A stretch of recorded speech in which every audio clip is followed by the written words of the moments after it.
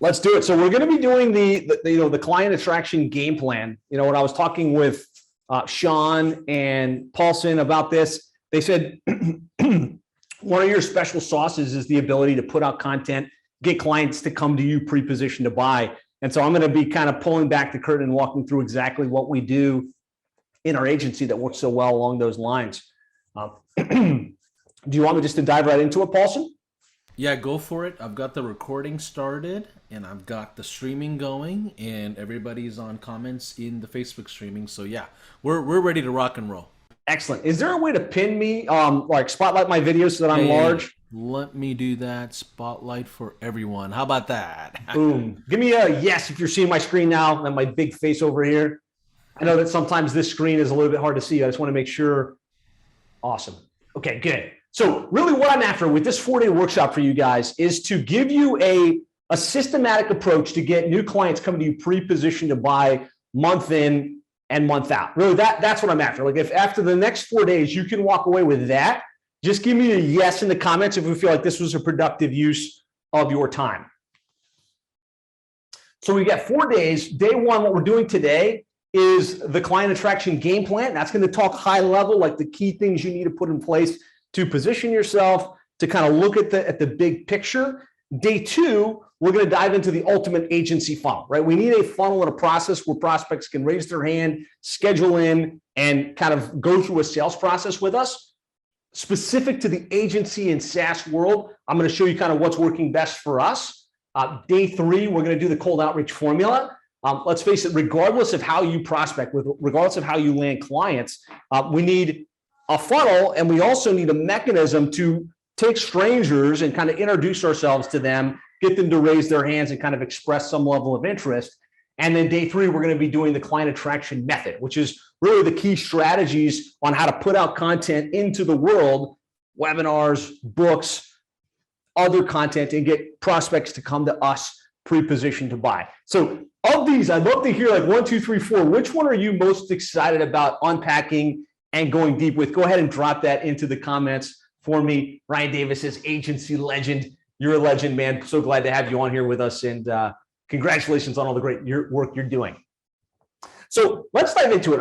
I like to start by really thinking about the challenges and the problem that we're looking to solve as it relates to landing clients and growing our agency. So to me, the biggest problem is, as a SaaSpreneur or digital marketing agency owner, or a hybrid kind of in between, it's getting harder and harder to get our prospects' attention, right? There's so many people selling these same services, right? Websites, SEO, pay-per-click, SaaS services, from the big companies like Reach Local and Scorpion and Yodel and Web.com to pretty much anybody that's got a laptop, right? And so our prospects, the people we want to do business with, are getting inundated by cold emails, by cold calls, by drop-ins, and it's harder and harder to get our prospects' attention. The other thing I think is a big problem that we want to solve for is that oftentimes we have to chase the prospects down. But if we think about the standard, positioning and client acquisition strategies we learn about, usually it starts with just cold calling, just cold dropping in, maybe doing networking. And oftentimes, if you're cold calling your way into a prospect or cold emailing your way into a prospect, they might take the meeting, but you're going to have to chase them down. Give me a chase in the comments if you ever feel like, man, I'm constantly chasing prospects. And even if they do meet with me, I've got to meet with them again and again and again and again and try and get them to give us the opportunity to do something together. And I really believe that how you arrive at your prospect's door or your potential client's door is really going to determine how that relationship plays out.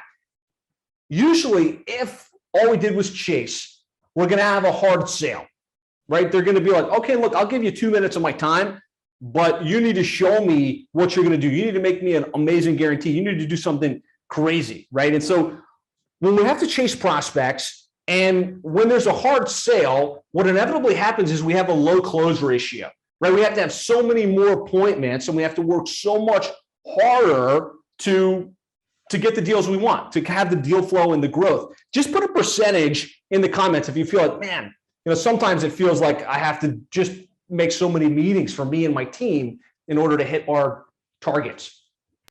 So Josh, I got a question for you. Like, do you see that it's difficult for leads that you chase to have them be chased in every single step of the way, for appointments, for contracts, for proposals, for payments? And I don't want to get too far ahead of myself, but do you feel that that chase is relevant throughout the entire sales cycle, not just the beginning?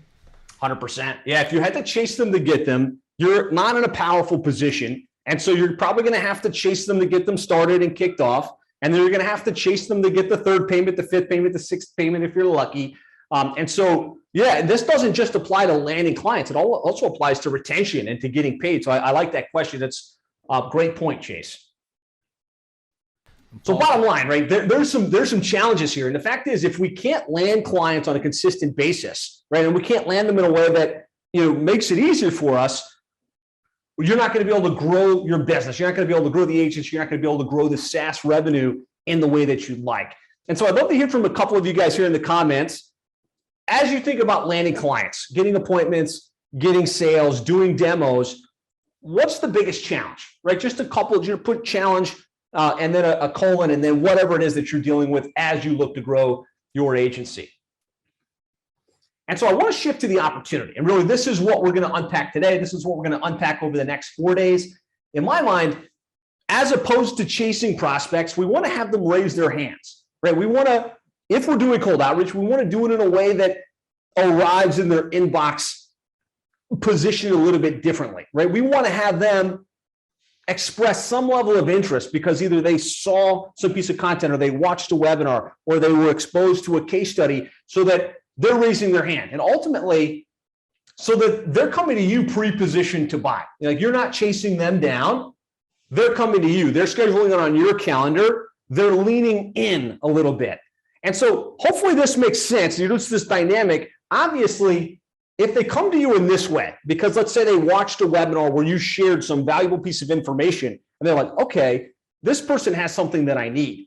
Or they listen to an interview that you do with somebody that's successful in the niche that you service. And they're like, wow, okay, this person knows what they're doing. They've got some proven results. If they schedule in with you after that, as opposed to a cold call, can you see that that's going to be a much different proposition, right? Your sales resistance is going to be so much lower. Your close ratio is going to be higher. Of course, it's going to be easier to win those deals. It's going to be easier to retain those clients. Just give me a why in the comments if you're clear on that. This is what we're looking to solve for today. Shift from chase to having clients come to us pre-positioned to buy. And I see a few people raising hands and things like that, which is great. We are going to do a Q&A session in certain segments of the program as well, okay?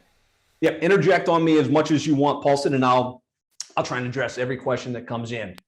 And so really what we're after, right? We want plenty of new appointments with qualified prospects and consistent deal flow, right? So we can hit our goals, we can hit our targets, we can accomplish what we're after in our businesses.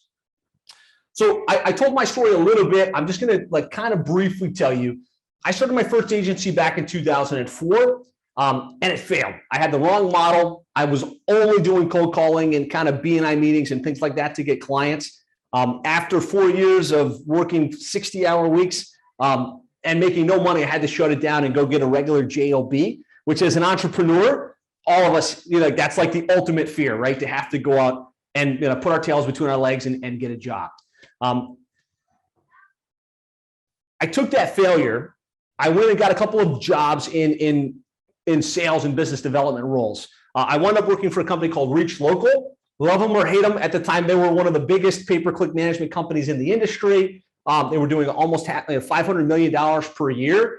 And I worked there about a year and a half and kind of saw what they were doing different with really what they were delivering, right? They weren't delivering a website and hosting. They were delivering a monthly retainer fee with deliverable results, right? And you can question whether that was deliverable or not, but I worked there. I saw the model. I said, okay, now I think I've got something I can do different. Started my agency, Click Incorporated, back in 2011. We grew to 7 figures in the first 2 years. Like I said, we're currently doing about $420,000 in monthly recurring revenue today. Made the Inc. 5000 list of fastest growing companies 4 years in a row. And so what I'm going to be sharing with you is exactly what I've done in my business to shift from chasing prospects down to having clients come to us pre-positioned to buy. And over the years, I've also been able to help a lot of other agencies kind of take this model, put it in place in their business, and have seen them get significant results and kind of accelerate to 7 figures and multiple 7 figures and beyond. So let's get right into it. I want to show you guys a model, and I want to make sure, Paulson, can you guys see my screen here with the? Yeah, we can see it. Okay, cool. So I'm not going to draw this up, but I want to explain it conceptually and kind of walk you guys through this. So this is the client attraction method, and there's really 3 key elements to this client attraction method. There's your funnel, right? We have to have a place to put prospects in where they're being exposed to some level of value, whether it's content, whether it's a case study or a guide. We want to have a funnel that takes them from interested to scheduled to client, right? We need that funnel. The next thing we want to do is we want to build authority, right? I think this is where a lot of SaaSpreneurs and agencies get tripped up. They want to go straight either to a funnel and then or straight to a cold call and try and land clients. But the fact is, if you don't have any authority, nobody wants to do business with you, right? Everybody wants to deal with somebody that's got proven results in their type of business, right? They want to deal with the expert, and people are willing to pay a massive premium to work with experts. So we want to develop our authority, ways that we found. I'll kind of be unpacking that for you. And then the third thing is we have to have flow, right? We need to be bringing prospects into our funnel, having them be exposed to our authority so that we can get that consistent deal flow at the bottom of the funnel. So as it relates to the funnel, tomorrow we're going to be going into the ultimate agency funnel. I'm going to be walking you through the exact process. But really, we want a lead magnet or lead magnets, things that are interesting and valuable to our prospects so that they can opt in. We need an appointment funnel where they can schedule in, and not just schedule in, but kind of get warmed up and come pre-positioned. And then we need a nurture sequence, right, which takes them through those steps. It takes them from opted in to scheduled, takes them from scheduled to actually signing on the dotted line, whatever that is for you, whether that's filling out a credit card form or signing a contract. To build authority, right, there's a lot of different things we can do to build authority. The 3 basic tenets of authority development we found are podcasts and webinars. There are lots of different ways to do podcasts, but showing up and delivering value on webinars, not sales webinars, but value-based webinars on a monthly basis, and then syndicating them will quickly position you as the expert in your space. Publishing a book and speaking, right, being the person at the front of the stage or the person that published the book. This is my book for the plumbing space, How to Triple Your Sales by Getting Your Internet Marketing Right. When people see that you're the author and that you've got value to provide in specific to them, you're going to have expert status. And then the third is case studies, right? Anybody can talk about how to do it. Anybody can publish information about how to do it. But when you have proven results where you can show this is the client, this is the results they've gotten, this is what we did, and here's the client talking about their experience and the impact that had. When you develop this level of authority, this is how you're going to get clients coming to you and leaning in well in advance, right? We're not authority just to pump ourselves up, authority that actually adds value to the marketplace. And then from there, we have to tap into flow, right? We've got to bring people into the funnel. We've got to expose people to our authority. And we do that through cold outreach. And I know that seems counterintuitive, but cold outreach done in the right way that kind of leads with value in advance can be very effective, right? Because you have to introduce yourselves to a pocket of prospects in order for this to work.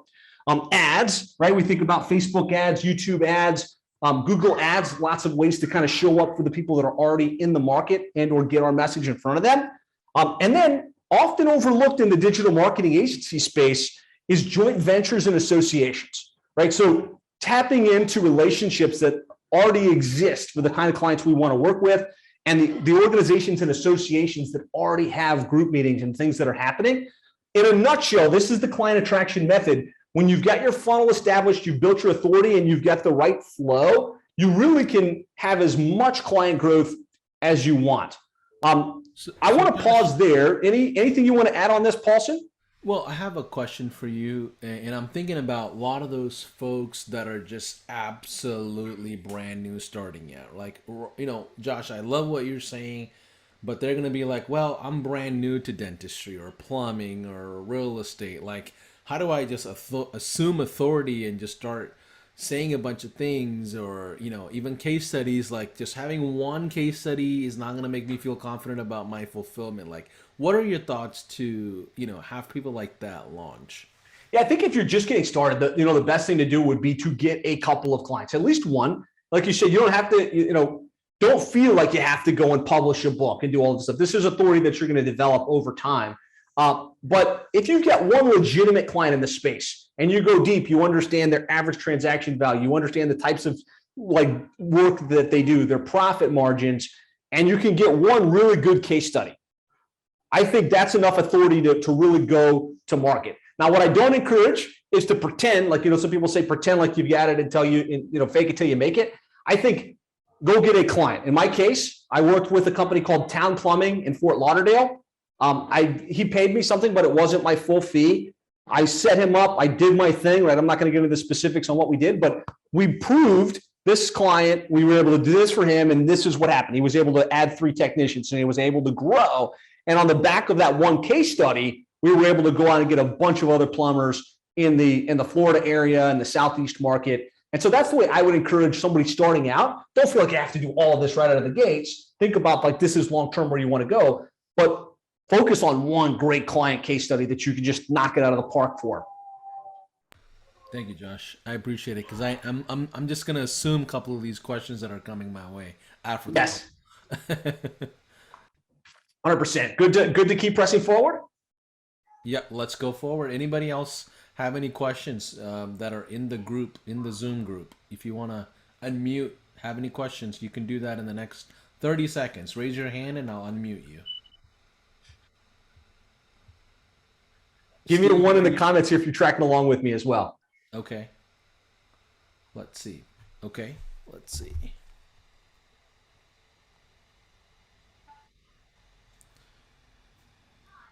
Okay, let's go ahead and press forward, Josh. Yes. All right.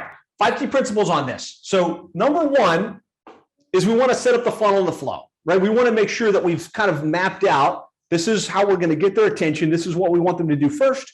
This is what we want them to do second. And this is the outcome that we're after. I'm going to go in depth on this, on kind of how it's structured and how you can build this in high level tomorrow, but ultimately starts with the clear niche, right? I think anybody, a SaaSpreneur or digital marketing agency knows the fastest way to grow your business is to be in one particular market. Like we work with plumbing and HVAC companies. That's our niche. Opt-in, we want to put something of value out in front of them. Lots of lead magnets you can use. I'm a big fan of the book because it's something that has like tangible value to it. Cheat sheets, guides, case studies, things like that work really well. We want something that they can say, hey, I want that, and enter their name and email address for. From there, usually as a SaaSpreneur or an agency, right, we're going to need to either move them through a sales process or we're going to need to move them through a demo, right? There's a demo process. We're going to show them, hey, here's what we're going to do. Here's how it's going to work. Do you want to do business? Yes or no? And so we want almost everything after they opt in to lead them to the appointment, right? Which is, we'll schedule in Thursday at 3:00. And what we want to make sure we do with the appointment, obviously, yeah, we want to add it to a calendar and we want to send a reminder via email and text message. But there's a lot of meat and potatoes that can be added right here to warm them up, right? To say, hey, here, before we meet, watch this little video that explains, some results we've gotten from other clients. Watch this case study where I'm interviewing one of the clients that got great results. If we can get them to kind of get a little bit of value and kind of be even further positioned before that meeting, the better. And then I think you also want to have a hot lead follow-up sequence, which is at the bottom of the funnel. For those prospects you meet with that say, yes, I'm interested, but for whatever reason, they need to talk with a partner, they need to look at something else, and we all want a one-call close. We all want to close that business right off the fact, but we should also engineer when those people don't sign up right on the moment. We've got a sequence that follows up after, hey, thanks so much for your time. Hey, per our conversation, here's what we're going to do. Hey, here's the next step. Hey, let's go ahead and schedule back in. I'm going to unpack this further, but conceptually, give me a yes if this makes sense. Kind of, this is the kind of funnel that we want. We want to have it be to a specific niche, give them something to opt in for, get them to appointment, and then have a hot lead follow-up. At the bottom, you should get clients giving you their credit card details and signing up for that monthly SaaS service or for that monthly recurring revenue. So for us, this is the way it looks. Right now, our main lead magnet is our book. Our secondary lead magnet is our checklist, right? We've got the ultimate online marketing checklist for plumbing and HVAC contractors. And it's a one-page thing. The thing I like about the checklist is that it feels like I can kind of check through this thing and find the one or two little nuggets that I need that are going to help me get better results. Doesn't always have to be super complicated. You get a checklist done in like 15 minutes and have a great lead magnet that's ready to go, that's impressive for your prospects. From there, depending upon how you vet your prospects, you want to take them through, hey, thanks for requesting that thing. It's going to be awesome. But if you're like most plumbing and HVAC companies, you probably want some help with this. You want somebody that can implement it and show you what's wrong, what you're missing there on the checklist. If that's you, let's go ahead and schedule a time, right? Let's schedule a time where we'll look at where you're at right now, talk about the opportunities, and show you what we can do to help move you forward. In our world, we've got a video, we've got a little pre-screen questionnaire because we want to know that they're doing a certain amount of revenue and that they're actually in the niche that we're in. And then they get access to our calendar to book in, assuming they're qualified. And then we want to have a sequence, right, of emails through high level, via email, via text message, probably some direct mail as well, to move them through those steps, and especially the hot lead follow-up. So this is after you've met with that prospect, they seemed really interested, but for whatever reason, they didn't say yes. I know a lot of people just say, abandon those opportunities. They weren't that interested. We find a lot of our deals come in after the second, third, fifth week. And so having a sequence of emails, we drop a shock and awe package on them that's automatic, and then a sequence of emails that's pulling them back into the conversation so that we can have the next step conversation. So Josh, I have a question for you.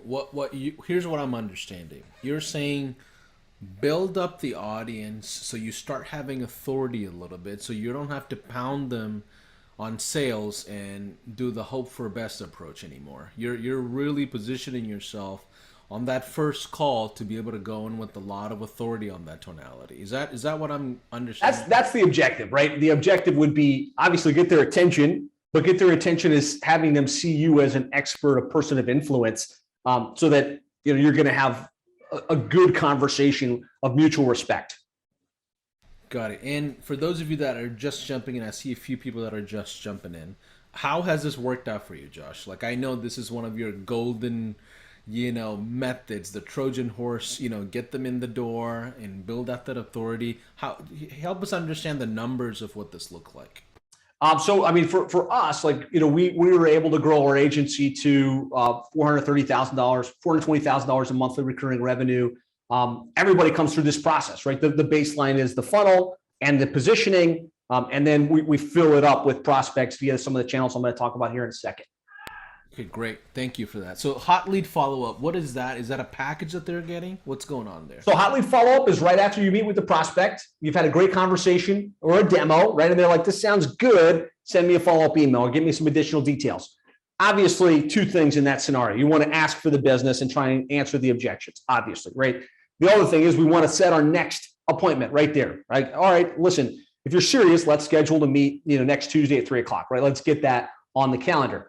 But then there's still going to be like 60 to 70% of the people you meet with that say, all right, I'm still interested. I'll be back in touch. And this hot lead follow-up is a sequence of emails and communication, as well as a package we drop in the mail to pull them back to the next meeting to get them excited about actually taking the next step to move things forward.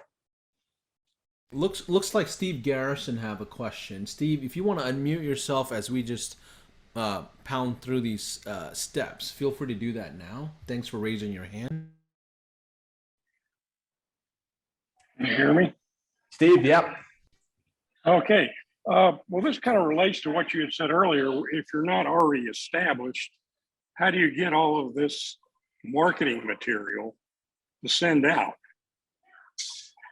I think it's something you build up over time, right? I mean, I think you could start with as basic a funnel as something like a checklist, right? That way you're adding value in advance, a basic appointment funnel where they can schedule in on your schedule and kind of get the reminder sequence. And then over time, you're looking to knock it out of the park for your clients. You're looking to position yourself head and shoulders better than their options, right? And you do that by having proven results, by having this type of collateral. Sean Tiberio just posted in here, this method helped us more than double in the last 7 months, which is awesome. Like, so this isn't easy. I'm not saying like you can just flip a switch and, click this into high level, but over time, if you want to be an established agency that can land clients on demand and can be the go-to player in your market, this is the type of work that will position you really, really well. Okay, thanks. Yeah, also, Steve, one of the things that I did early on with my dental agency was I would interview dentists to speak to dental practices about clinical stuff. It had nothing to do with marketing. They will jump on my profile and they'll literally talk about how they hate, what is that one company, Right Club Smile, of how this is not this and that. And they'll literally will start giving you content. Every interview that you have could be turned into a white paper. A podcast could be turned into a blog. A video could be turned into an audio file. Like, there's so many different creative ways to repurpose content as you get your comfortable zones, okay? Good stuff. Yeah. There's one more question here, Himanshu, and then after that we'll go through the next slide. Himanshu, if you're there, do you have a question? Yeah, hey Josh, lovely to have you here. Pleasure. And for starters, I have read your book, Seven Figure Agency Roadmap, and we have been following this book from past 6 months, and we have doubled our revenue in the past 6 months. Well done. And it has been working really great for me. So it's like everyday mantra for me. I'm hearing this book every day on Audible. Amazing. And we are still facing a few issues, Josh, like you said about the lead magnet. And right now we are serving India, APAC region. But at the same time, when we are trying to, book appointments for US, UK, and other countries, so we are facing few issues like, they are raising concerns that we are not in their countries, and even if they want to meet us, and such kind of concern. Do you think that would be an issue for us going forward, covering this US, UK, and other markets, other countries for us? I think it depends upon how good your results are, right? I mean, we have clients all over the country. We have clients in the UK, from the United States and Canada, and we don't meet with clients face to face, right? It's all done via Zoom. And I believe, like, if you've got proven results and you've got a methodology, it's not going to be as easy as it is for somebody in the same country, but it's definitely possible. All right, and do you want us to register in another countries? Like we are already registered in US and UK as LLC and limited companies. So do you want us to go ahead and register in all of those countries? And how does it work going forward? Because right now we are somewhere around 40,000 revenue on monthly recurring revenue, and we want to increase it to 200,000 till this year end. So going forward to scale this, do you want us to register in all of the countries and or take all of the payments in India itself? So Josh, can I answer that if that's okay with you? Yeah, that'd be great, Paulson. Go ahead. Himanshu, I want, if you don't mind, I want the questions to be relevant to the slides that we're at. What you're asking is more of the legal strategy question of how to position yourself. So if you're an international agency, the recommendation I always have is to partner up with an agency in the US that's already in the market instead of going directly to the first world countries. I've seen agencies thrive that way, where they're partnering up with the Josh Nelson or Rob Bailey or whoever who's an authority in those spaces. So that way they don't have to create those authorities, directly. Now, the strategic question, we can come back to that question, but Right. Josh, if you don't mind, let's go to the hot lead follow-up. And what you're doing is that you're getting on a Zoom call, interesting them into a prospecting message, and you're sending them something. And what's in that package, the priority mail? It's just material that positions you as a authority again. Is that what's happening? Yeah, so this would be actually for right after you meet with that prospect. So they have a great sales process with you. They're really interested. Now you're dropping, if you have a copy of the book, if you have some testimonials, if you have a visual that maps out the flow. So they're like, wow, you did something the average agency owner doesn't, right? You had a great conversation. You followed up in the mail with something physical, and you moved them to the next step. That's really the idea behind this hot lead follow-up process. Okay, great. So what happens after that? Let's go ahead and press forward. Yeah, let's keep going. So we want to have our funnel established. So that's the first thing, the funnel and the flow, like really start with the end in mind. And we're going to be going much deeper on that funnel tomorrow, showing you the landing pages and the kind of the flow of the copy and what the package looks like. The second thing we want to do is we want to build authority. And I talked about this in the model, but really what we want is for them not to look at us as a blind email that showed up on their inbox or a cold email or cold call that happened on their phone. Ideally, we want to become omnipresent in our niche, right? Which you can only really do in a niche, right? If you're in plumbing or roofing, you're in HVAC, you can become known in that space. And you do that through being at trade shows and events. You do that through publishing content. You do that through podcasts and webinars. And really, we're going to unpack this in the client, the client attraction method, which we're going to do on day 4. But just know, like, you want to be thinking about positioning yourself and putting out content that makes you the authority.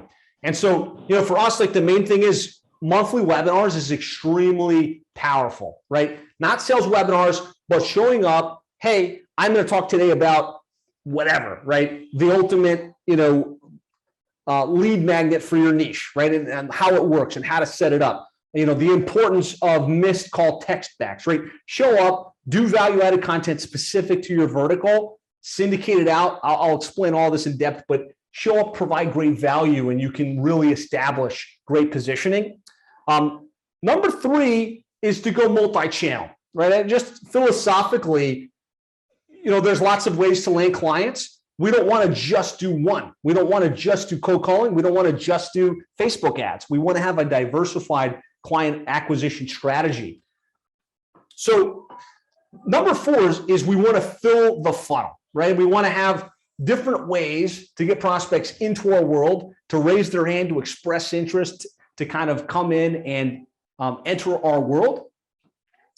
I'm gonna unpack the 5 key client acquisition strategies that have worked best for us in our agency and the other agencies that we work with. And when you think about client acquisition, there's lots of different ways to get clients, but at the end of the day, it's really boils down to a couple of key strategies. The first would be cold outreach, right? And that's usually where we start in our agencies. Paulson, you said, like, I'm just getting started. I don't have a book yet. I don't have a lead magnet yet. Absolutely, you can do cold outreach. And the beautiful thing about cold outreach is we can get a list, we can start sending emails, we can start making calls tomorrow, right? There's no gestation period. And usually your first handful of clients are going to come from cold outreach, right? Just dropping in, making phone calls, making personal connections. Now, that's the lowest authority position way to land clients, right? I mean, much different if they see a webinar or watch a case study, then they get a cold call from you. But this is a definite plan, something you want to do as part of your overall growth strategy. The second would be marketed lead generation, right? As digital marketing agencies, this is what we do for our clients. We need to make sure we're eating our own dog food, right? And what works well? Running Facebook ads, running Google ads, running YouTube ads to your targeted audiences, putting out relevant content, offering them that little incremental step, which is your case study, your guide, your valuable content. Marketed lead generation works really well. It's extremely scalable. It's relatively high leverage, but you have to have some money to spend, right? You're not going to, as an agency, spend $100 and generate clients, right? You're going to have a couple $1,000s a month to test and to get this dialed in. But all of us should have a marketed lead generation approach somewhere in our client acquisition strategy. Number 3, probably my favorite, is inbound marketing, right? Inbound marketing is you put out good content, you put on webinars and put together information that adds value. Prospects get it. Either they watch it, they read it, they consume it, and they're like, oh, this is good, right? And they enter your world. And you want to make sure that the content you put out leads them to your funnel. It either leads them to the appointment, or it leads them to an event, or leads them to a webinar, so that eventually they can become a client. I say it's my favorite because inbound marketing is very low cost, right? It just takes your energy and your ability to go out and put the content out. It's very high positioned, right? If they come to you inbound, that's the best client that you can get. But it's not perfect, right? You can't just start doing inbound marketing today and have clients coming out tomorrow, right? There's a gestation period to it. Like if you wanted to grow a tree You don't just drop a seed and then put some water, and tomorrow you've got a big tree bearing fruit, right? You have to plant that seed. You've got to water it. You've got to wait for the sun to hit it, right? Just like inbound marketing, it takes that time and that energy to build up. But I can tell you, once that tree is built and once that tree is grown, it will bear consistent positive fruit. Number 4 is associations and speaking opportunities. I think this gets overlooked a lot in the digital marketing agency world. The reality is there's, in whatever niche you might choose, there's associations, there's gatherings happening, there's masterminds, there's groups. If you can figure out ways to affiliate with those associations, find ways to speak at those associations, find ways to add value to those associations to become known in that space, whether that's through content or whether that's through exhibiting or whether it's just participating in some way. To me, the combination of associations and speaking, inbound marketing and marketed lead generation is an extremely powerful effect for landing clients. I'd love to see like one in comments if you're actively involved in your industry association or you're like actively looking for ways to speak at the next industry conference, specifically for the clients that you want to work with. If not, I think this is a big opportunity. Dallas Ship says one. I know some of the most successful members in our program, this is their main play, right? They're just super active in the association and it works extremely well. And then number 5 is JVs, joint ventures. Finding people that are already doing business with the clients that you want and aligning with them, right? Saying, hey, look, I've got something your clients need, and figuring out whether it's rev share or whether it's going to be you're going to pass business to them, they're going to pass business to you. Jay Abraham is famously quoted as, you're just one joint venture away from $1 million business. I know for a fact you're just one joint venture away from a 7-figure agency or 7-figure SaaS business. If you can really be looking for those opportunities and looking for win-win relationships, it can be huge. Paulson, anything you want to add on this, like 5 key client acquisition strategies? Yeah, so in 2016 or so, I remember there was this massive stem cell conference, and I was helping out another agency owner at the time, and they were trying to figure out stem cell. And this conference, you know, they didn't take marketers seriously. It was like a clinical conference, essentially, for a bunch of chiros and stem cell guys and docs to come together. So they're not trying to give a spotlight or like, you know, a stage time to a random marketer while there's plenty in the sea, right? So what this guy did, well, one of my partners at the time, what he did was reached out to the confirmed speakers and just offered to just handle all their marketing for them or all their sales component for them and didn't ask for anything in return. It got to the point where they would feel bad if they didn't mention you for them to be, you know, on the stage successfully, right? So they would just subtly be like, hey, if you need help with marketing, obviously you go to a guy like Paulson in this industry. And that's all it takes as a small little comment for you to land 5-6 clients in a scenario like that. You have somebody that's already in authority speaking highly of you, even though you don't have that session as a speaker. So don't take these events very lightly. Figure out, even if you cannot get on the speaker slot or whatever, figure out how to leverage others, figure out how to sponsor a company that has that spotlight. And that's also another entryway in for you to become an authority in person. If you want to unmute yourself, Josh. So good. Yeah, really appreciate that example. And I think a lot of us default when we think about, you know, agency growth and SaaS growth, cold outreach. Like there's so much information about cold outreach, but really the bigger opportunity, the lower hanging fruit is in these other approaches, especially the joint ventures and the speaking opportunities, at least from what I've seen, what worked well for us and what worked well for the other agencies that we've seen not only grow quickly, but actually grow and retain their business and continue to have growth and momentum in their business. Give me some feedback, guys. Give me a yes in comments if you're tracking along and this is useful. Just a spelled out yes. Sean Tiberio says, yes, I love my associations that we're involved with. Excellent. Okay. Number 5 is we have to work the pipeline, right? I think this also gets overlooked. We've got our funnel, we've got our authority, we've got prospects scheduling in our appointment. We want to take them through a consultative sales process or a really strategic demo. I know Paulson's got some great examples of the like demo scripts that work really well if you're just selling this as a SaaS. But when you think about the flow that a prospect's going to go through before they become a client, ideally, we're either sending a good email that gets their attention, or we're putting out content that gets their attention, or they see us at an event and they raise their hand, right? They say, hey, I'm kind of interested. What we found works well is to have a discovery call of some sort, just a quick conversation. Hey, tell me about your business. Tell me about your goals. Tell me about what you're looking to accomplish. That way you can see, like, do they have a need? Is what we can bring to the table going to be a fit? And if it is, then move it to a strategy session or a demo call.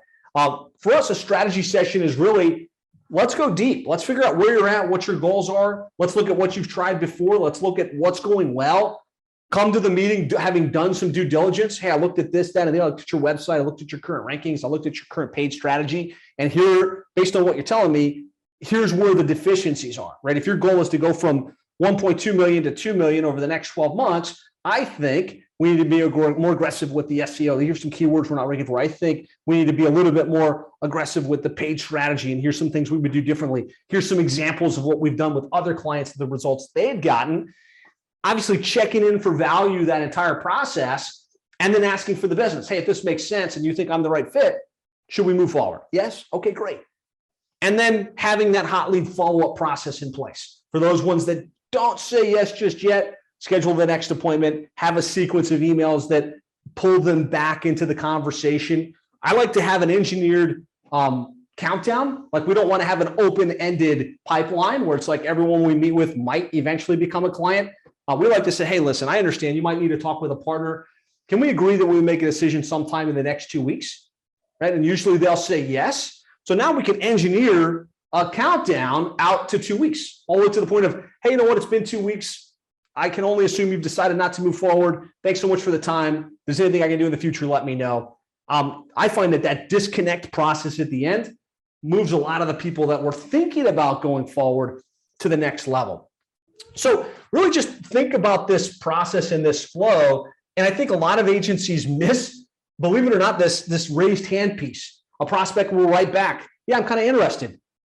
And then instead of jumping on the phone and scheduling the appointment, they'll go back and forth on email, or they'll wait till tomorrow to get back. Like, really, you have to be quick on all of these steps within the process. Paulson, anything you want to add or any insights on this?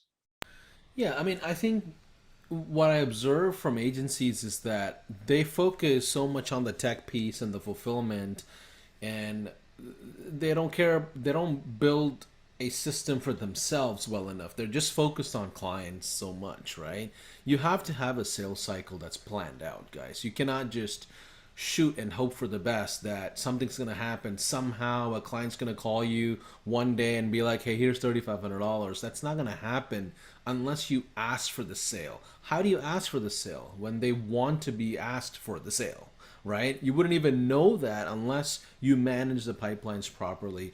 And one big takeaway from me, Josh, from what you just said is when you have that cutoff on the hot lead follow-up, it also positions you as an authority, as if like, hey, listen, it's okay if you say no. I've got other businesses that I got to take care of. It's like a subtle flex almost. It's like it's just too much truck for you today. Sorry. Like, come back to me when you're ready, right? And I like that. 100%. Lady's asking, are you saying as soon as they open the email, would you call them? Yeah, I think especially early in the process, if you're doing the cold outreach as your main mechanism, you want to be Johnny on the spot, right? If they open it, if they reply to it, call. They don't answer, send the follow-up, right? Prioritize the people that have engaged with your communication more, right? Move them into a different stage in your pipeline and emphasize the people that have recently responded or engaged with what you put into place. So I'd love to kind of check in for questions or any key insights at this point. Like, any questions? We kind of talked about the big picture, the 5 key strategies, the key things we want to put in place to get clients to come to us pre-positioned to buy. Any questions or insights? Yeah, if you raise your hands, if you're in the Zoom call, we can just cater to you. Bob Gila, let's go. Bob, I see that you're speaking, but you're muted. So if you could unmute real quick. There you go. Hey, Bob. Are we good? Hey, sorry about that. I got a hoarse voice also. I'm on track with everything you're saying, and I thank you very much for your insight. My only challenge is I'm a life insurance and health insurance agent in 14 different states already. Been in business for 19 years. Well, I've got developers. We're developing this system here in the last 2 months. So I've got enough content, authority, everything. My challenge is really understanding if the SaaS is going to work for me. I'm regulated and I don't know what kind of service I can actually even sell to individuals. So I'm looking at this product or this software to really market certain products, which is going to be insurance-based products, to clients and then cross-sell them accordingly. But quite frankly, almost digitally.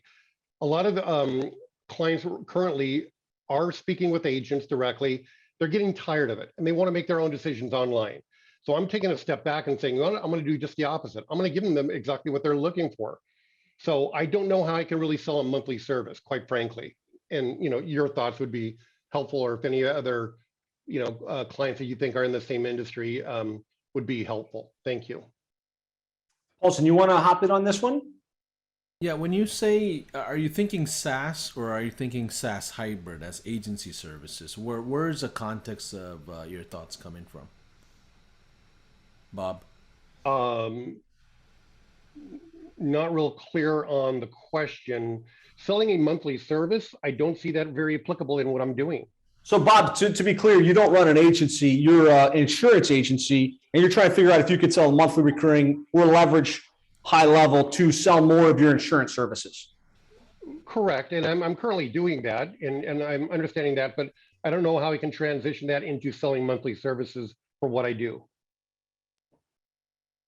Yeah, I mean, I think, go ahead, Paulson. I see you unmuted, so I'll let you. Yeah, so what you're doing for yourself as a business owner, somebody would probably find value. So it's just really figuring that out with like a small beta, figuring out what are those packages and offers that you can create, because you obviously found value for yourself in using high level or some sort of a marketing strategy, didn't you? I do. The process of this, yes, of marketing individuals as a platform, yes.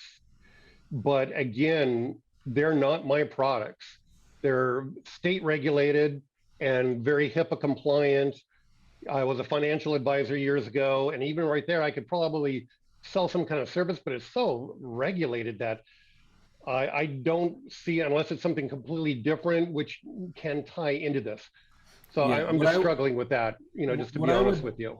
Yeah, Bob, what I would probably do is get with the marketing agency and strategize with them and see how you can go to market. That's probably going to be the best solution. I'm not an expert, and I don't think Josh is an expert for, those industries. What you want to do is find somebody who's already in that market and see I've got a 19-year run rate of resume that I can bring to the table, and you have information that these agencies probably don't have. So I would say that's probably the first step that I would explore. Yeah, I would agree too. All right, great. Thanks, guys. And guys, if you're on live and you specialize in the life insurance or insurance industry, reach out to Bob, and that might be a good conversation. Yeah, let's go with Dallas and then Vlad, and then we'll move on to the next points. Hey, Josh, what's up, man? What's up, Dallas? Appreciate your time today. So are there any sort of intricacies that cause we work with like mid-market size companies, so it's not like the small business owner that we get the decision makers. I feel like we waste a lot of time trying to get the right decision maker on a call. So is there anything that in your system that you would address any differently when you're going after these mid-market companies versus small companies? I think you got to decide who the decision maker is ultimately going to be. Like in our world, working with plumbing HVAC companies that do $1 million to $10 million per year, there's usually the owner that makes the bottom line decision. There may be a marketing manager involved. In our world, we would want to get that marketing manager and the owner, right, to make a decision. It might be in these larger mid-sized companies that you're talking about that the marketing manager makes the decision, in which case you just want to target most of your content and your kind of your stuff to that particular person, if that makes any sense. Yeah. Okay. So we've been we just started doing some more cold email stuff that we're, getting ramped up, dealing with all the warming up domains and all that good stuff. So we've seen pretty decent open rates. We just went live with it last week. We're getting like 30% open rates, but I just, I didn't know if anything else that you, from your particular system that you thought might work well. We're starting to build more relationships with other people who have that distribution as well. So I think that's probably our two main focuses. But just want to get your feedback. Yeah, the only other thing I would say is like, don't just do email. Like if you're warming up emails, do email, look that person up on social media, Facebook, LinkedIn probably in your space, connect with those people. I find that when you call them, email them, and connect with them socially, you're much more likely to get their attention to have a conversation. Okay. Cool. Thanks. Absolutely. Let's go with Vlad, and then we'll go to the next points. Hi, thanks for everything that you've shared so far. Really appreciate everything. It was great. My question is, what would you suggest? What strategy would you suggest if there are no case studies? How would you suggest to move the conversation from the prospect when it's cold to convert basically them into client? So, I mean, I my personal opinion is if you don't have any results for clients, you need to go get some results, right? So I would be completely forthright at the beginning, reaching out to these industries. Hey, I'm thinking about starting a business or a SaaS specifically for life insurance companies. Here's hypothetically what I think we could do. I'd love to make you my case study client and kind of test this process and get proof of concept. Would you be okay with that? Get their buy-in. I think if you go hat in hand like that to your first 10, 15 prospects, you're going to get one that says, yeah, I'll do this with you, right? And then you've got to put all your focus on knocking it out of the park, right? You don't want to be just like a fluff piece saying, oh yeah, I can do this, and selling people something that you don't have proven, right? That's what the case study does, is it validates your offering and helps you get a proven program that you can go out and sell. I think, Paulson, it looked like you wanted to add to that as well. Yeah, I mean, nobody's going to want to buy something that they don't believe in. And what's even crazier is it's going to be hard for you to sell something you don't believe in because you've never knocked it out of the park. So if you want to get like better at sales, you got to trust and believe in a product or a service that you can stand by no matter what happens. So honestly, like even if you wanted to go to the market, I just don't see you being successful because it's really hard from a psychology perspective to go sell something that you don't see results in. So either way, I'm with Josh on it. Go get the results that you need to go hard on the market. And I actually had a young lady earlier that was in Josh's community that jumped on a call Zoom with me, like literally 30 minutes before we started. And she said, what do I do? Josh wants me to do all this personal branding stuff, and I don't think I'm ready for it. And I told him, I promise you, Josh is going to tell you the same thing. Go get a student case study that you're positioning yourself as, while you're being very transparent with them that you're new in the market. This is the end goal that you have, is to build a case study. So throw your beta up and get maybe 2 or 3 case studies if you want to, by being honest and upfront and saying you're trying to build a case study. And then when you do go to the market, you're a lot more comfortable, your team's comfortable, you're comfortable, your offers are more clean and clear. So the launch strategy is different than your first go-to-market strategy after you've proven an offer, okay? It's a 2-step process, and I'm sure Josh will agree with me on this as well. 100%, right? I'm kind of speaking to the assumption you've got an agency, you've already got some momentum. It's like, how do we take things to the next level? If you're just getting started, exactly what Paulson said, first handful of clients, come up with a hypothesis and make all of your effort around proving the hypothesis. Get some clients, whether they're paying you or not, you should get paid something at least to prove the concept, and do the work, right? Validate that what you're doing is going to have a net positive result. And then you can go to market, because you're not lying or you're not making something up. You're saying, look, here's what I did for this other company, and here's what I think I can do for you in this space. So good questions. I think that's super helpful, because I know we're all on a spectrum here, right? And when I talk about the cold outreach formula, we'll be talking a lot about some of those strategies you can use early on to get attention, to get some responses, and to get some momentum early in your agency journey. So kind of bullet pointing this out for you guys and then kind of making this as practical as possible. Landing clients on a consistent basis. We need the CRM. We need high level filled with prospect data, right? Names, phone numbers, email addresses, ideally the owners of the types of businesses we want to work with. The one distinction we found, at least in our agency side, is that the niche isn't necessarily enough. You want to have the niche within your niche. So if you're working, let's just say with pool build companies, right? It's not all pool build companies that you probably want to be focused on from a prospecting perspective. It's probably the pool build companies that do over $1 million per year, that are installing 12 pools a year, that they have a team, that have some infrastructure in place because they have probably the financial wherewithal to pay for your services and the structure to be a good fit long-term. So we want to fill our database high level with those prospects. From there, we want to have a cold outreach on-ramp. And so for me, this isn't like, hey, want to do business? We want to send like value-added messages to get those prospects to know, like, trust us, to kind of imply an opt-in so we can invite them to webinars. We can drop case studies and things on them. We're going to be talking a lot about this in the cold outreach formula. We want the opt-in funnel, the place for them to opt in, which is where we've got our lead magnet, the book, the guide, the case study, whatever we want to put out there. We need the appointment funnel, the calendar system where they can schedule in, a tight sales process, and then ongoing content development, right? I think most of this stuff, if you're establishing your business, you've got a list, you're doing some cold outreach, you've got a funnel at some level, but there has to be ongoing gasoline for the vehicle, right? And that's where doing webinars on a monthly basis, which we'll talk about more on the client attraction method, doing case studies on a monthly basis, like featuring the clients that you work with that actually get good results, showing that you actually know what you're doing, you can generate a result.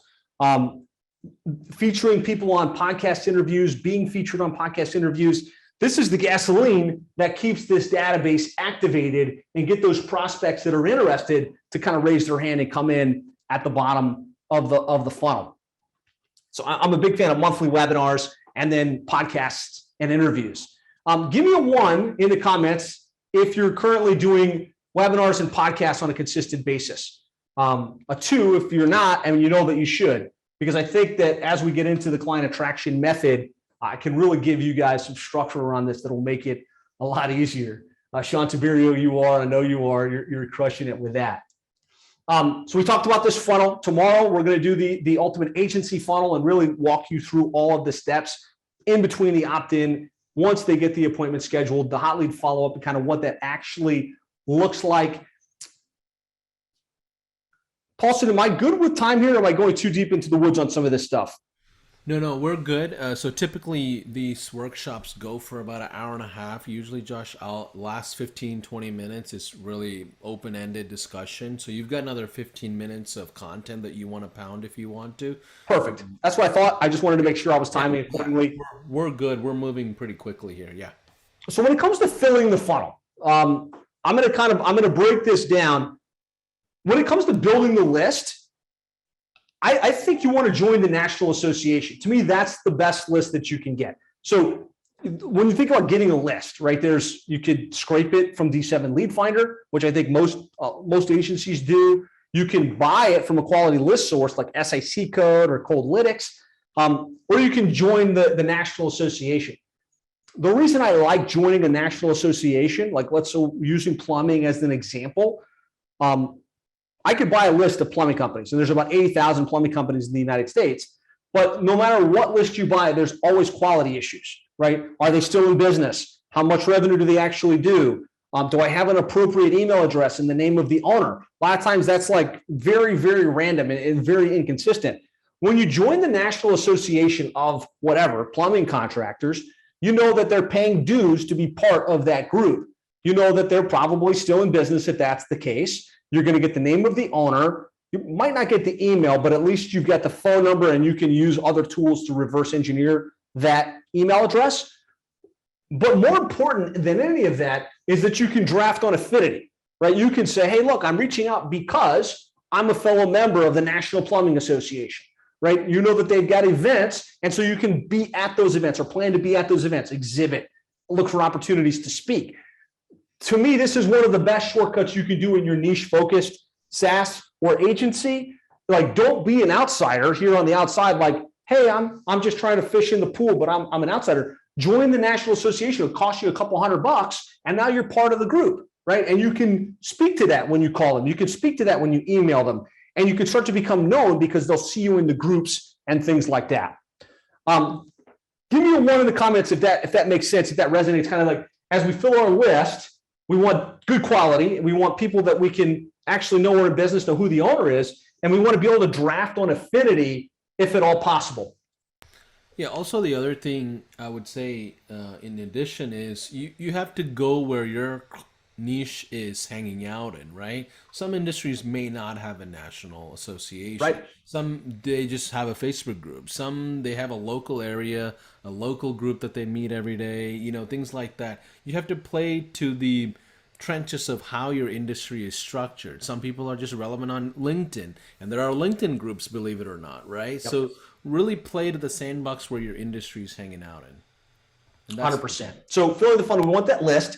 We want to do some cold outreach. I'm going to be going deeper on this, but really what I found is list quality for your cold outreach is mission critical. Outside of the National Association, I really like Coldlytics because it's a list you can select. And then there's a researcher on the back end that figures out who the actual owner is and what their main email address is. We want to reach out in a sequence. So we don't want to just drop one email. We want to have a sequence that we send, and through high level, we can set up some automation so that if they open the email, if they reply to the email, we can move them in our pipeline and kind of prioritize those that are most interested at that moment in time. And most importantly, with cold outreach, in my mind, you're not looking for the cold message to book an appointment. You're looking for the cold message to start a conversation, to develop a little bit of relationship. And so we want to send a couple of messages so they know who we are and know that we've got some value to bring to the table in the industry.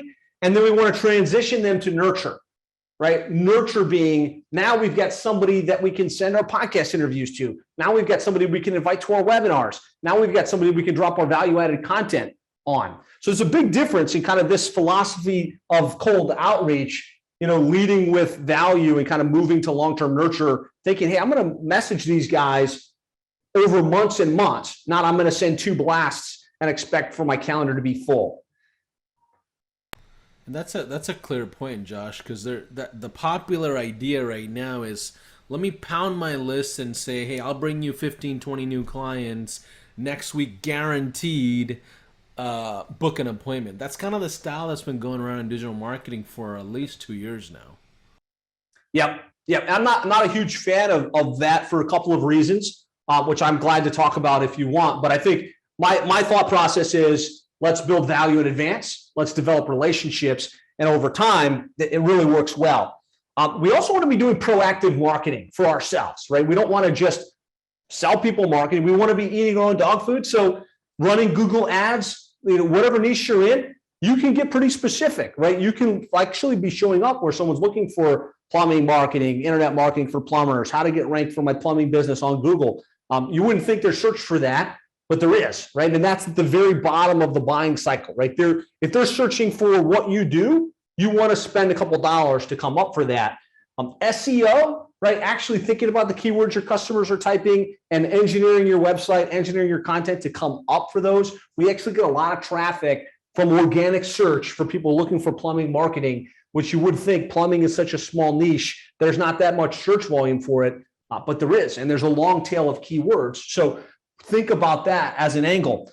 Facebook ads works really well, right? And it has to be done right. But if you've got your list of prospects, right, and you've kind of vetted that out, you can also develop a similar list on Facebook that you're targeting, right? And you can put that same content. And what I found works well is, yes, we want to direct response advertise. Hey, download my cheat sheet. Hey, check out my checklist, register for my upcoming webinar. But we also want to retarget everybody that is on our list already, everybody that has expressed some level of interest by clicking on one of our ads, and retarget not just the next ad, but retarget the content, right? If you've got a great webinar, put that up natively on Facebook and let them see it. If you've got a great interview with a client where you're talking with them about where they were and where they are today and what you did to get them better results, get that content in front of them. You're going to be able to get consumption of your content, not just via email, because fewer and fewer people are opening their email,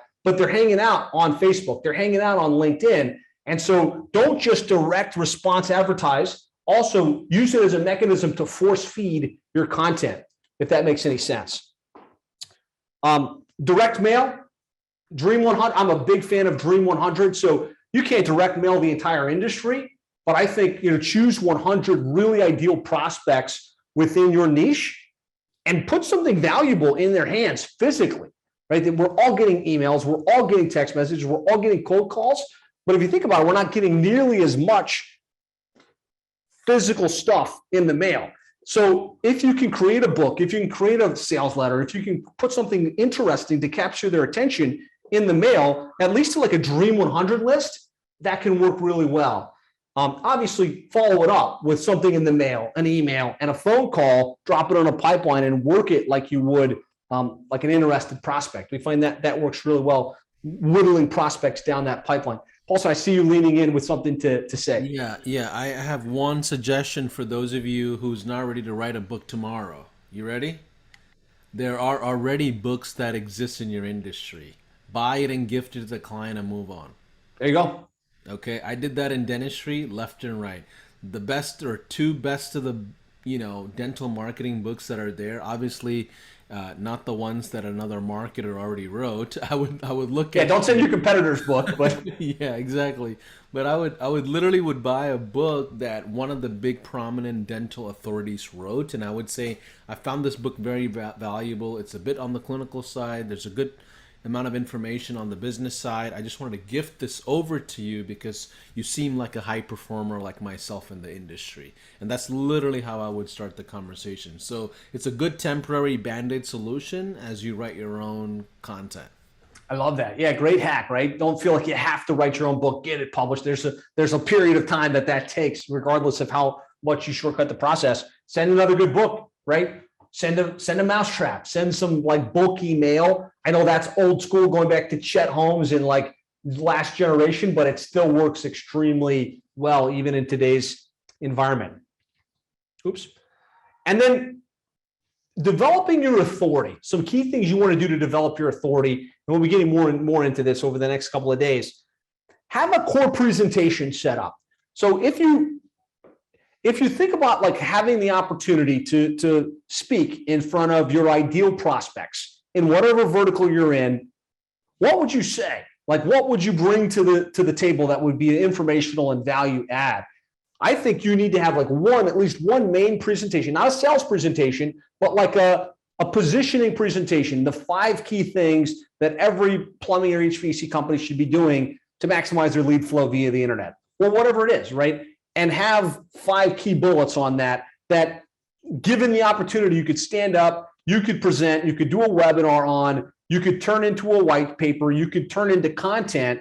That's where I started. It was like a core presentation that turned into a lead magnet, that turned into a book, that turned into all the positioning that we use for our agency in the niche. Monthly webinars. I'll talk more about this on day 4. But it could be a 10-minute tactic, right? You could literally show up once a month, have like a little 10-minute thing. There's so many benefits to running webinars, live webinars, where you have to force yourself to create live content because when you do a webinar, you get an email about it. You get an opportunity to email about it. Hey, this is coming up. That creates top of mind awareness in your list. It forces you to create the content, which means you record it and you can load it on YouTube. You can load it on social media. It also gives you the opportunity to syndicate it out after the fact, right? Get it up on YouTube, turn it into a blog post, which becomes organic SEO. Strong client case studies. Obviously, you want to start with one, but over time, you want to have a methodology where you're taking clients. Your goal, I think, with every client is to turn that client into a case study client, where you did such great work that you can point to, hey, here's where they were, here's where they are now. And they would gladly jump on a Zoom session with you to say, hey, Paulson, yeah, I hired Josh and this is what he did and this is the results that we got and this is how my life is better. Give me a 1 in comments if you feel like that should be a goal for you. Like, it's not going to happen with every client, but for every client to have such a great experience and such a like a true transformation that they could be featured as a case study, which obviously gives you value-added content and obviously positions you as the expert in the space, builds the confidence in everything that you're doing. Have your book published on Amazon. There's an easy way and a hard way to do this, right? Like you could buy somebody else's book, or you could just create a book without overthinking it. I think a lot of people, when we think about books, it's like, oh, I got to write this book and I got to have the outline. It's going to take me 5 years. Like 99% of people never read the book, especially this book, like this plumbing and HVAC internet marketing book. I probably sent this out to 10, 20,000 plumbing and HVAC companies. My guess would be most people kind of look at the cover, they read the first chapter, they read the last chapter. There's actually some statistics that about 97% of books never get read. So what I would suggest is don't feel like this has to be the perfect book, right? Get a book done, make a nice cover for it, and get it into existence, right? You're going to have great authority that comes as a function of that. And then podcast and success interviews. So for me, podcast is one format is you're coming on and you're sharing value. Usually that's for me, my presentations, my webinars get turned into audio podcasts. That's one format. That's you're giving valuable information. The other format is success interviews. And I'm a big fan of this, whether they're a client of yours or just somebody that's doing great work in the industry. If you did a monthly interview with somebody in the space and you just had a couple of questions, hey, tell me about what you're doing, what's working best for you today, how have you gotten so much growth, what are some tips and tactics you would share for other plumbing companies that are looking to get better results with their business. If you did one interview like that per month, you would become known in the industry because there's not a lot of people putting value-added interviews and content online. And especially if you know how to syndicate it, like if you know how to set that up, do it live on YouTube, do it live on Zoom, have it hit the social profiles immediately, and then syndicate it out and email it out to your database, share it with the industry groups. These like 5 basic authority development tactics can absolutely make you the unquestioned expert in just about any industry you might want to pursue. Yeah, just to add a small point here, Josh, is some people get intimidated by content building. Like anybody else feel intimidated? Give me a 1 if you feel intimidated by content building. So the key to content building, to feel comfortable about it, is to plan it out ahead of time, right? So next week, whatever you're going to talk about, you want to kind of just list it out and just have it ready, because what your mind does is starts priming against that topic, right? And then when you marry that with trendy topics, right, you have to really focus on the trendy topics of what's happening in the industry. For example, what's the award show where 2 actors like slapped each other on public the Oscar stage, slap. Right? The Oscar slap. The Oscar slap, right? When that happened, if you're in the event management space, you should be leveraging that weird thing that happened as part of your planning. Hey, if something violent happens on stage, here's how you handle it as an event manager. And if you're running Facebook ads to an event management position, how do you think you'll get engagement? Probably, because they know it's cheesy, but they appreciate the cheesiness. Number 2, psychologically, it positions you as the authority. So look out for regulatory changes. Look out for brand new news that's happening. Look out for business models that are changing. Look out for new authorities that come in. Like it was so easy to crucify little third parties that would come compete with Invisalign when I was in dentistry. Oh, this company is doing a unworthy version of Invisalign, right? So you would always pound them with these random funny marketing messages that also gives you a lot of content. So don't be afraid of content planning. It's something that you will dive into as you do the work of content planning, and I promise you won't run out of content. Okay, just wanted to add that on for a lot of you that are looking at this whole suggestion as an intimidating factor. Okay. 100%. Great tip. And we're all students of the game on this, whether you're watching it live or watching it after the fact that you're watching this tells me you're a student of the game, right? So you probably read the podcast. I mean, you read the blogs that are popular in the industry. You're in the know on what's happening.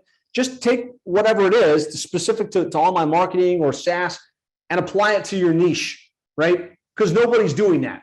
Like, well, I think the other thing that really helped me around content creation was there's a great book called The Content Rules. And what they found was this lurker rule that only about 3% of businesses actually create content. 97% are either consuming the content or commenting on content. And so if only 3% create content and you're in a niche talking about something as specific as online marketing, all you have to do is create content and you're going to stand out. You're going to become known. So don't let like you get in your own head and be like, I don't have anything relevant to say, or I don't know what I would do this content on.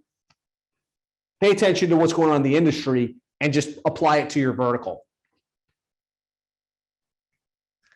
Looks like Dallas has your hand up. Dallas, you want to unmute for a sec? Hey, yeah. So you're talking about the email. I love the concept of taking your content, emailing it out. One thing that I'm not an expert on at all is getting the email to actually get delivered.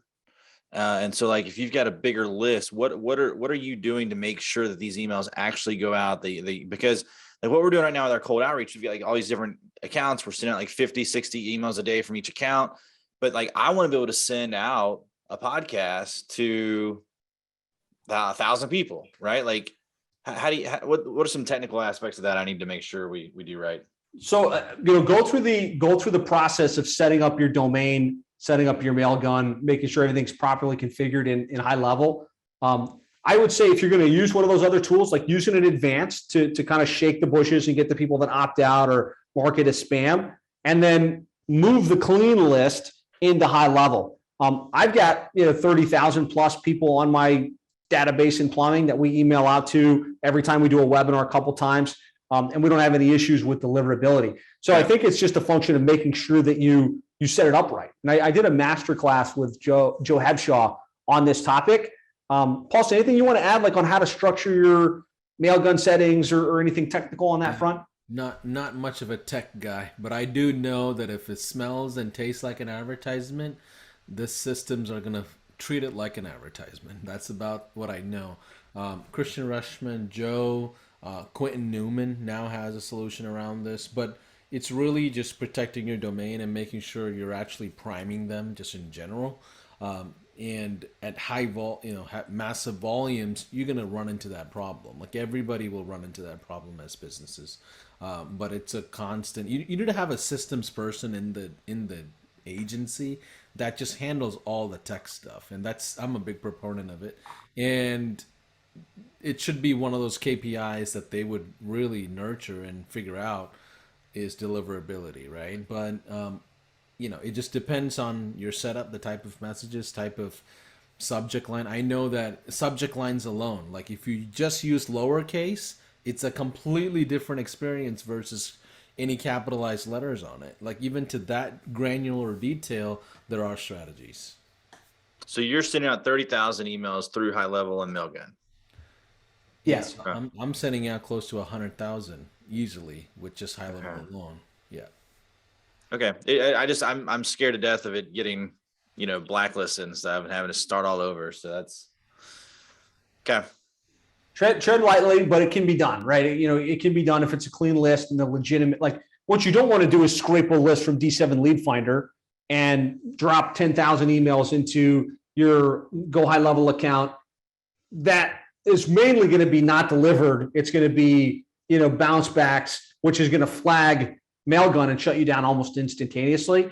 But if you've got a clean verified list and they're actually in the niche that you're speaking to, you can be pretty confident that your messages will get out, right? And then you just got to, monitor how many of them are, flagging you for spam, right? And I think if you're adding value in advance with your content, at least most of the time, less and less people are going to be like, okay, this was just an unsolicited message, go pound sand. And that's why I think the cold outreach on-ramp makes a lot of sense. Like you send a couple of introduction messages and you ask for permission. Hey, look, I've got this, podcast that I run. Is it okay with you if I send you these interviews or things like that? And even if they don't say no, or that, you don't force them to opt in necessarily, but they haven't said no and they haven't unsubscribed. I think it's worked well for us to say, okay, let's treat this as like an implied opt-in that we can message to.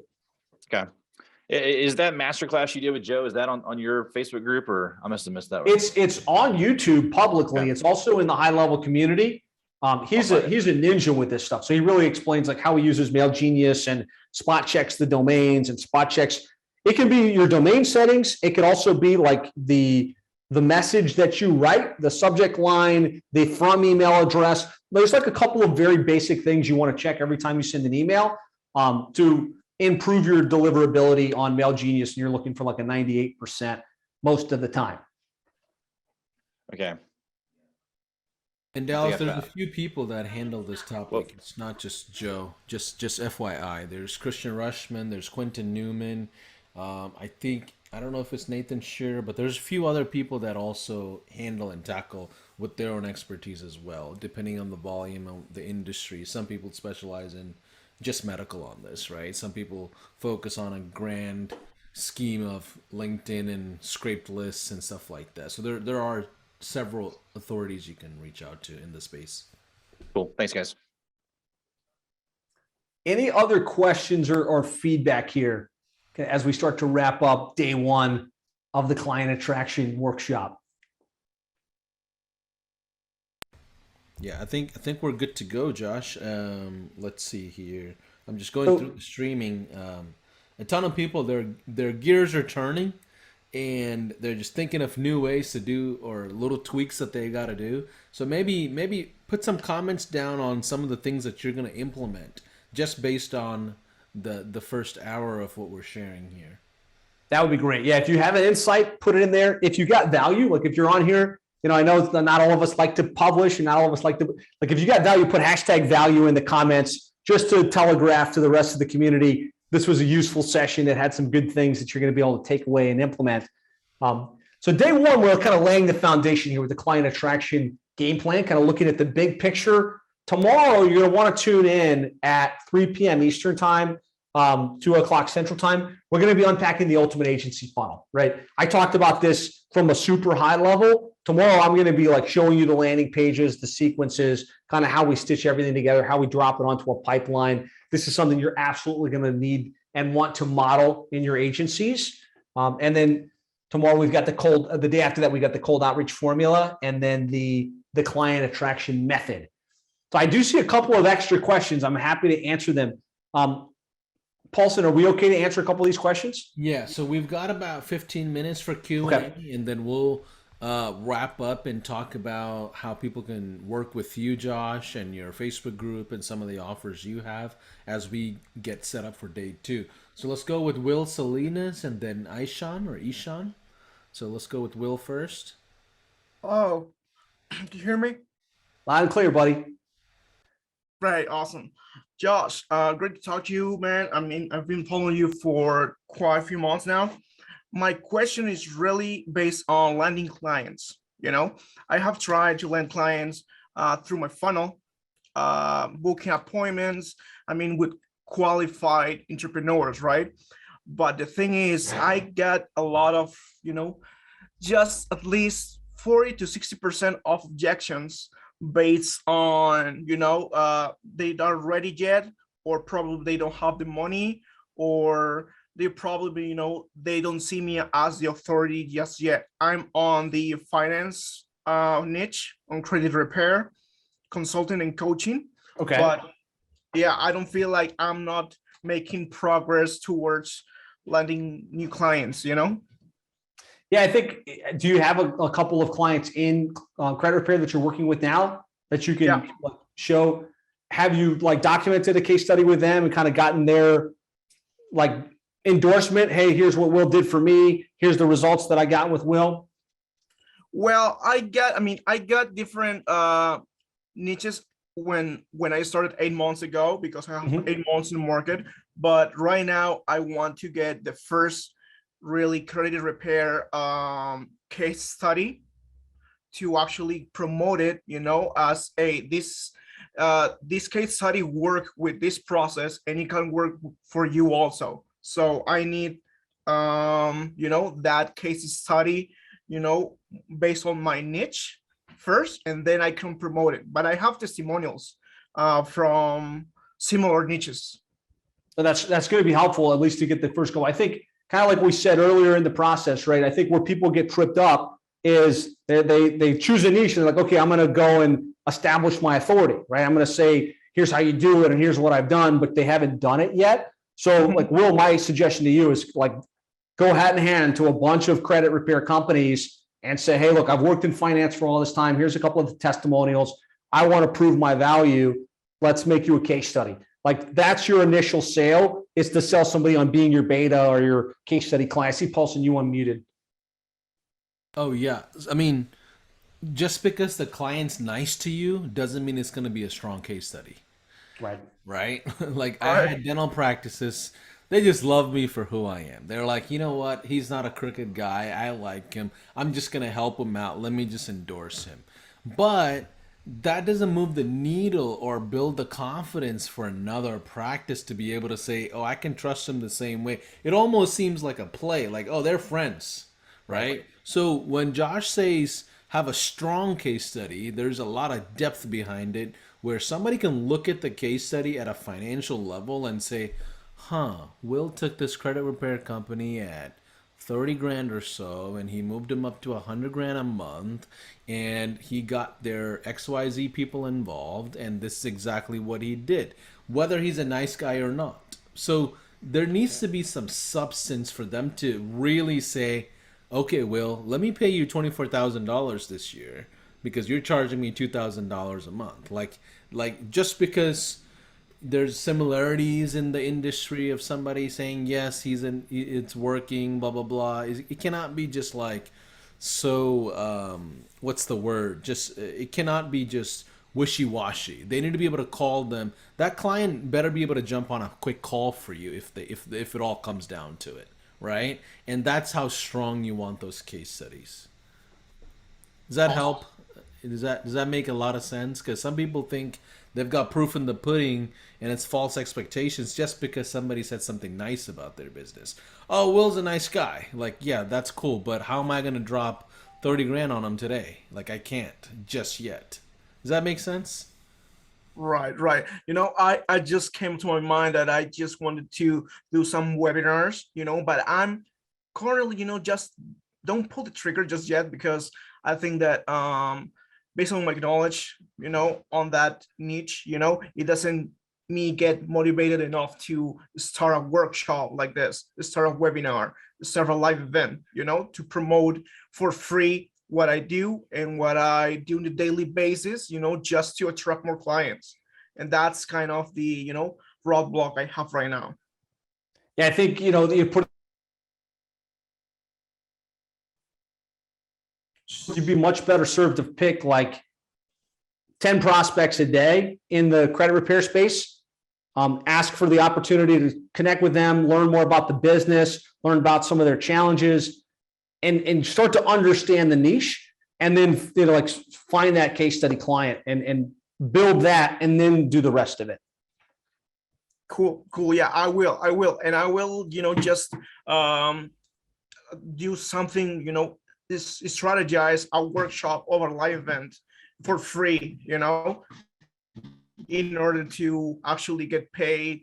If I'm providing value for free a lot, like you, Josh, I think like more people are going to see the value I do for free, and they will get, they will pay me for a paid event, you know what I mean? Or for a paid service.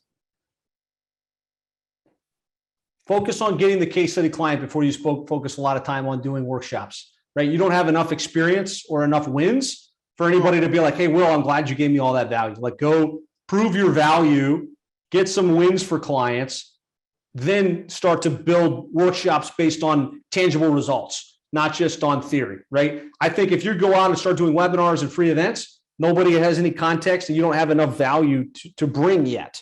You got a baby step before you start to run. And right now you need a baby step with a couple of actually win for. For sure. Thanks, Josh. Absolutely, man. Thanks for being here. Let's go with Ishan. No. Can you hear me? Yes. Yeah, okay. I'm asking about the niche. If my niche is so micro, but the market is not that much in my country. But it has a good market throughout other countries internationally. So I should stick with it or have to change. I would need more context there. Like when you say it's micro, is there enough of them? Do they make No, no, money? my niche is not, the industry is not that much in my local area, but it's internationally has a big market. What So I what should stick with industry it. what industry are you in? What's the industry? I'm just starting and I am targeting for vegan niche, For what? plant-based, vegan niche, I don't vegan follow. e-commerce. So vegan? Did you say vegan? Yeah, yeah, yeah. So is that food or restaurants or catering or what's the? It's products, e-commerce product, consumable, not food. It's about beauty and clothing products. Yeah, Yeah, so you these said are. e-commerce product, you said? Yeah, yeah, Yeah, so your industry is vegan oriented products in the yeah, yeah. e-commerce space? Yes. Okay, how many e-commerce providers have you spoken to? I'm just starting out, but the market is not in my local area. Yeah. So Yeah, what's your that's why. question around the industry?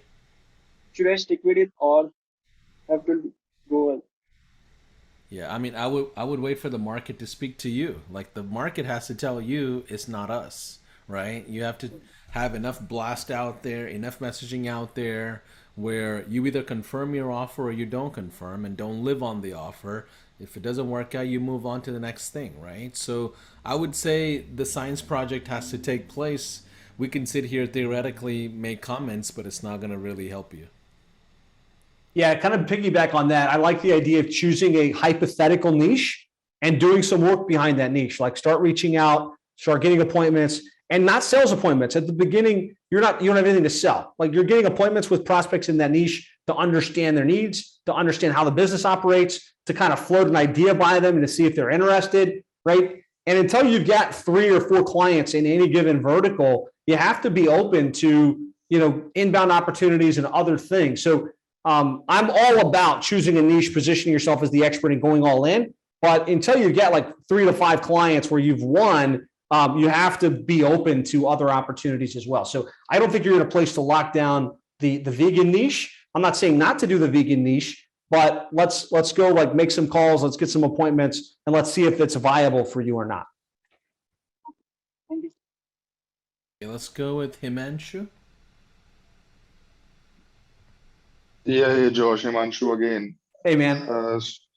So Josh, regarding the webinar about setting up the authority, I just wanted to confirm if you wanted to go us with, to go out to get more reach for this webinar, like you suggested in the book itself, to go, to email them prior for the webinar, like, communicating them with about the event dates and a lot of other things. So do you want us to go ahead with the Facebook ads or something like that to, to outreach more people and cold emailing bulk people, just to get them on this webinar to get more appointment? Please let me know about that. Yeah, so I'd say you want to use all of the opportunities at your disposal, right? So if you've got an email list, you're emailing them about it. If you're part of an association and they let you post in the group, post there about it. No reason you can't run some Facebook ads to your targeted audience. Hey, I got the webinar coming up on this date at this time. Click here to register. I find, ads to a webinar is a big ask in today's market. You'd be better served to run ads to a lead magnet that's really low friction, and then start, once they've opted in, warm them up and then invite them to a webinar after. So I could get more technical on that when we're talking about the client attraction method on Friday. Great. Thanks a lot for your time, Josh. Thanks for that, Paulson. That was an amazing value for me. Good. And I'm sure for a lot of us. Thank you.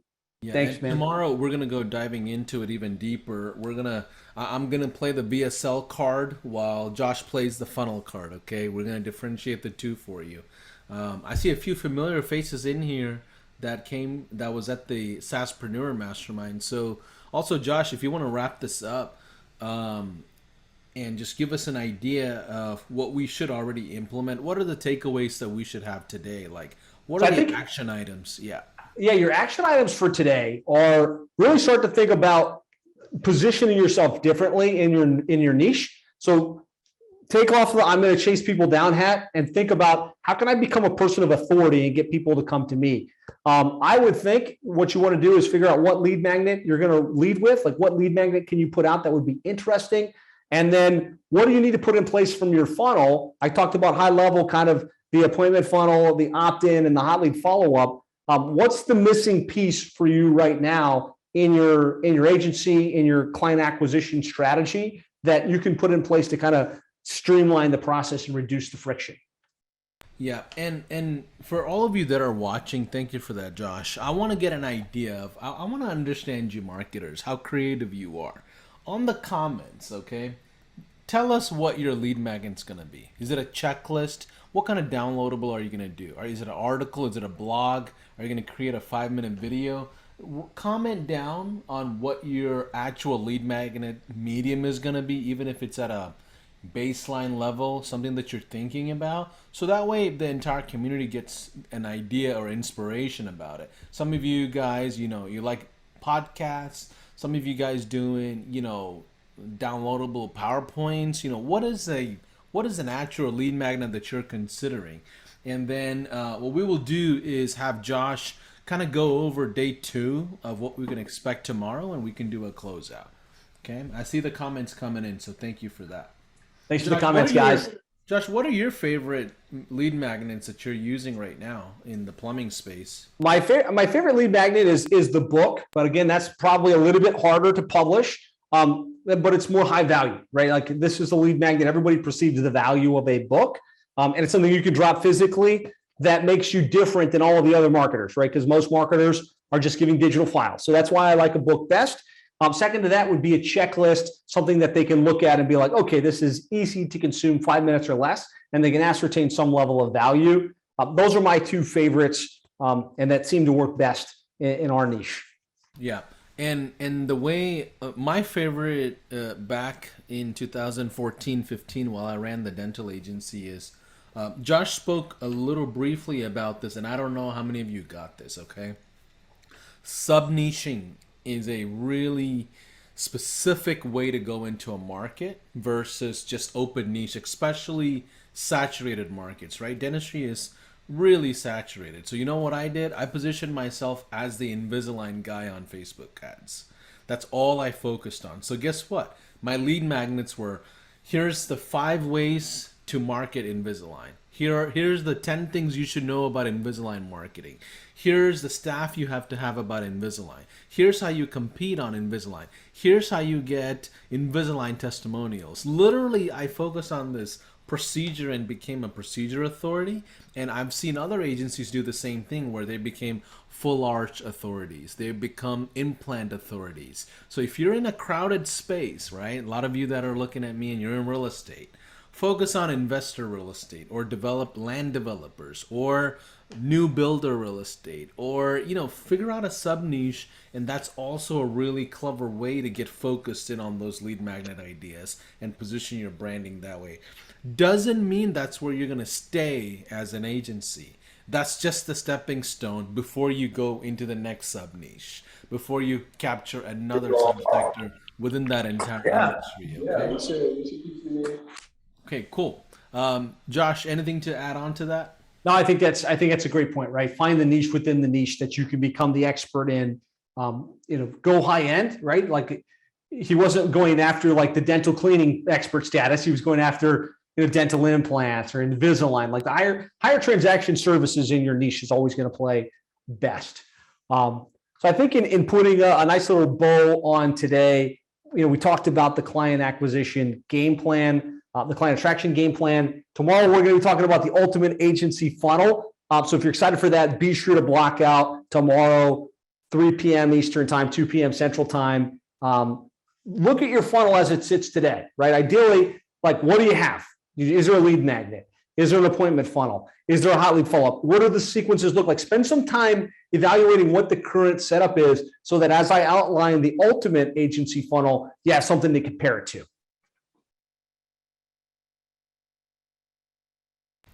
Absolutely, Josh. So Anybody excited about tomorrow? Give me a 1 and we'll get going. Josh, also, I know you're not a salesy guy, so I got to remind you to talk about yourself. How can people find you?